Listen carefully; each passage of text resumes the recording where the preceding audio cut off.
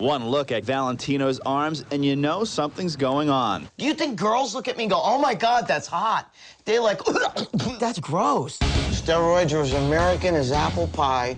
I was a fat, pale kid from Poughkeepsie, but I wanted to be like Hulk Hogan. I wanted to be Arnold. I wanted to be Sylvester Stallone. And in the spirit of Rambo, we're gonna win this time. Truth is, all my heroes had a dirty little secret. Sylvester Stallone has been charged with importing bodybuilding drugs. Today, Hogan admits the famous physique was the result of 12 years of steroids. I was always against steroids, and when I found out that all my heroes used them, I'd like to say it didn't bother me, but it really did. I can't imagine how my mom would feel if she found out that both of my brothers are on steroids right now. Coaches would say, you gotta get bigger, you gotta get stronger, you gotta get faster. Was it intimidating? Oh, man.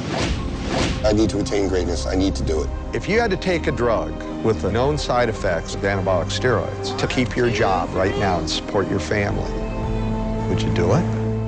I love steroids. I'll probably be on and off of them forever. The use of performance-enhancing drugs like steroids sends the wrong message. When you were an Olympic coach, did you see a lot of steroid use going on? Much. Yeah. Much. Smitty's 83, one of the old-timers. He was the coach of the Olympic weightlifting team back then. Was it ever thought of as cheating at that point? No. No, because we figured everybody was taking. We figured even Steven. Smitty told me the story about how anabolic steroids were first introduced to the U.S. Olympic team. It was the late 1950s, and the Russians were dominating America in the space race and at the Olympics. But one night, the Russian coach got drunk and told the American coach they'd been injecting their athletes with steroids. The American coach raced home and developed an even more powerful steroid, specifically for Team USA. So if steroids actually helped America beat the commies, how did they get such a bad rap? Last week, former NFL defense lineman Lyle Alzado told NBC News that steroids were the cause of his inoperable brain cancer. How long were you on steroids? Most of my pro career. You know, I played 16 years. And it got me where I wanted, but also got me very sick. Lyle Alzado went from being the toughest son of a bitch in the NFL to being a sad, dying man.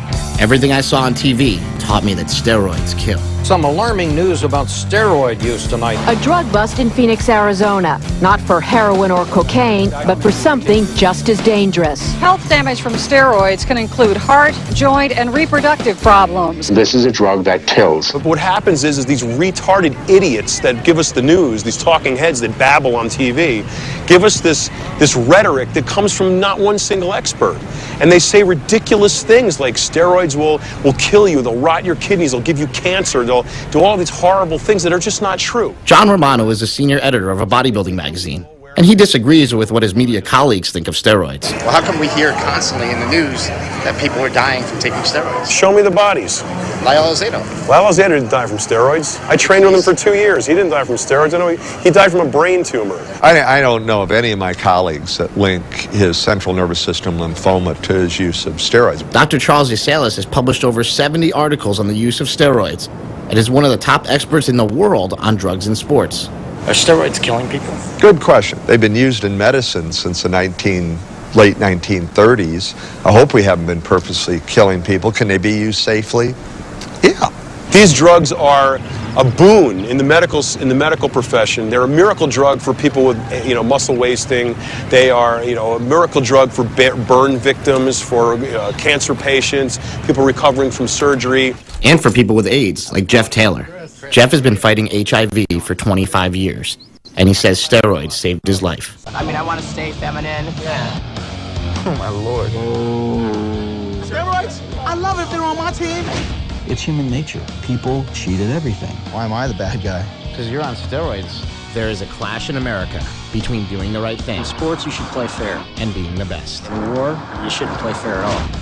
And where is Schwarzenegger in all this? One thing I learned about America is that if you work hard... I mean, he is the poster boy for steroids. And if you play by the rules... You cheat. Everybody cheats. You can achieve anything.